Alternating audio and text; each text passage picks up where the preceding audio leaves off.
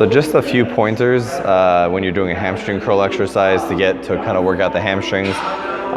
One of the things that you really want to make sure to avoid is really working one side of one of the hamstrings. I mean, you have multiple hamstrings. You can really let's just split into two for our sakes, which is more the inner thigh and the outer thigh, back of the thigh.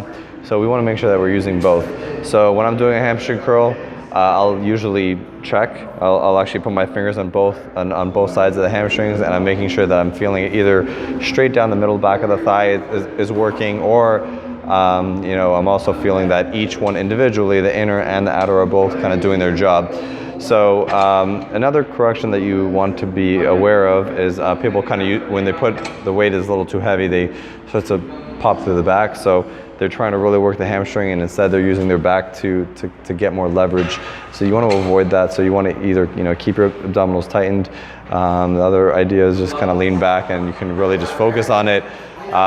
It's one of the reasons why I'm not so fond of the one where you line your stomach, the hamstring curl, just because usually people will torque their back to do it. But again, it could be an opportunity, because if you really want to work on your abdominals, that might be a good way to teach your body to have your abdominals stabilized while you're working your hamstrings. But as long as you got it pretty evened out, as long as your body's pretty fixed and your core is pretty stable, the last thing you really want to do is just watch for symmetry. So, and that just kind of goes back to the same thing with using the inner or the outer.